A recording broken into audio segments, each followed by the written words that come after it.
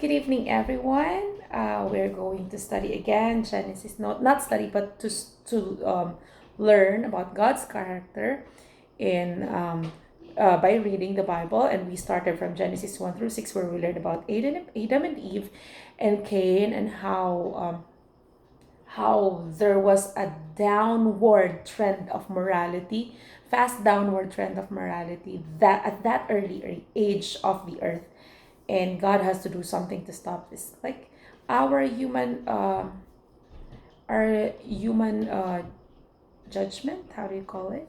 Where if I disobey the law, then there are consequences. It's the same as that.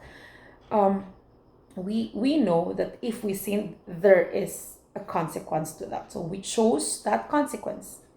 We chose that. We know that. So God has to do something. The consequence, it's because, like, for example, if there is a criminal, or we are our children, we reared them to become a better person, but then they chose uh, to be disobeying the law, and then destroying someone else's lives, and then wherever they go, they just destroy. Of course, the cops will be after them, and then eventually, uh, there will be judgment where they will be imprisoned forever, or they will be put to death. So it's the same as that, because God is just. If He sees something like this, of course, um, there is judgment. But this is a prolonged judgment. See? Um, uh, he waited until everyone really, there's nothing that he can do. And when he searched, only Noah was found righteous in his eyes. So he has to preserve Noah. He has to preserve this good one for us to be like, so that we will still be here, or else earth will be destroyed at its earliest age. So we will study again Genesis 7:16-20. So those that entered, male and female, um, male and female of all the flesh, went in as God had commanded him, and the Lord shut him in. So the Lord commanded that the animals will be inside. So it is God who closed the door. It's not Noah, because the door is very big. He can't do that. So it is God who closed it. And now now the flood was on the earth 40 days, and waters increased and lifted up the ark, and it rose high above the earth. And the waters prevailed and greatly increased on the earth, and the ark moved about on the surface of the waters.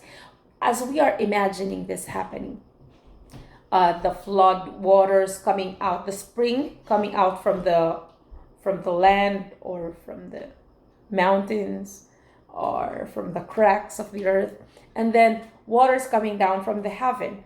Of course, there will be a great turbulence on the water.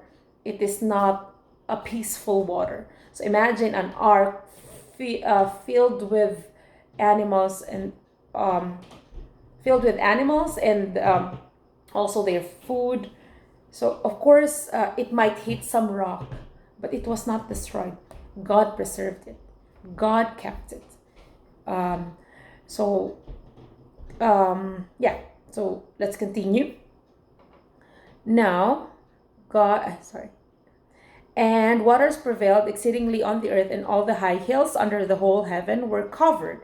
The waters prevailed 15 cubits upward, and the mountains were covered. So what is 15 cubits? When I looked at it, it says 1 cubit is 1.5 feet. So it's around 30 feet. But it says here in the Andrews Bible, it says it's about 22 feet or 7 meters. So it's not that high. So imagine if the ark would be passing by and it's heavy. So it might somehow hit some rock. But God preserved. God preserved. So that's it for today. And hopefully we learned how God, yeah, God is there to not to destroy the people, but God is there to preserve us. That's it. So hopefully we again enjoyed reading God's Bible, God's Word, and God and what's this and learning about His character. Have a great night.